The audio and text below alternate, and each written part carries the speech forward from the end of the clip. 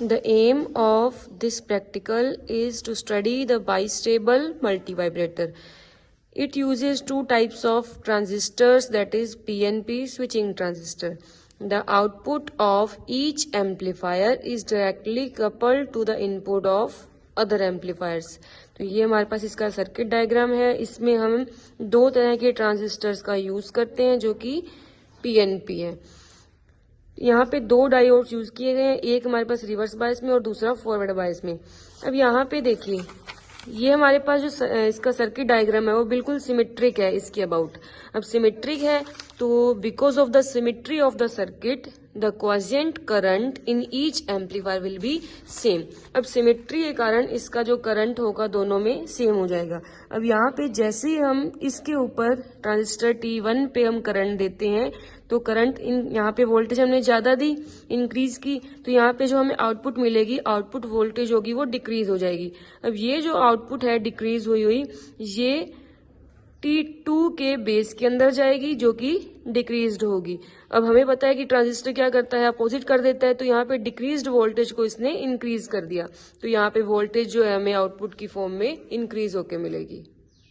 Same हम इसके अगर हाफ साइकिल अनदर साइकिल के लिए करें तो उस कंडीशन में यहाँ पे हम अगर वोल्टेज कम देते हैं, करंट कम देते हैं, तो ये इन्वर्ट करके वोल्टेज को इंक्रीज कर देगा जो कि इंक्रीज हुई इस T2 ट्रांजिस्टर के बेस में जाएगी, और इंक्रीज है तो ये उसको डिक्रीज कर देगा और आउटपुट हमें डिक्रीज आ जाएगी. इसीलिए हमारे पास जो वेव फॉर्म मिलती है वो रेक्टेंगुलर वेव फॉर्म मिलती है.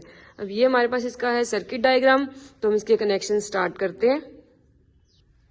तो यहाँ पे सबसे पहले पावर सप्लाई को हम कनेक्ट करेंगे फ्री रनिंग में.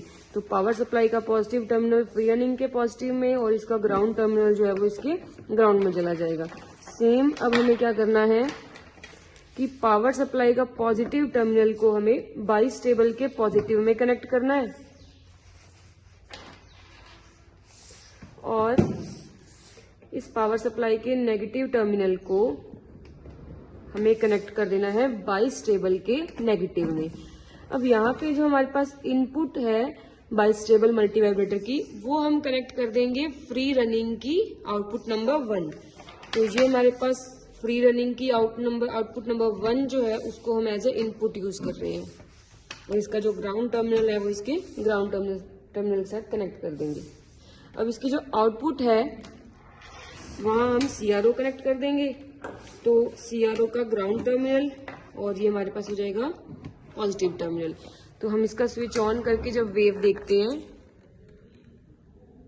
तो हमें एक स्क्वायर रेक्टेंगुलर वेव शो होती है. यहाँ पे इसकी हम X एक्सिस को और Y एक्सिस को वेरी कर सकते हैं with the help of these rotors.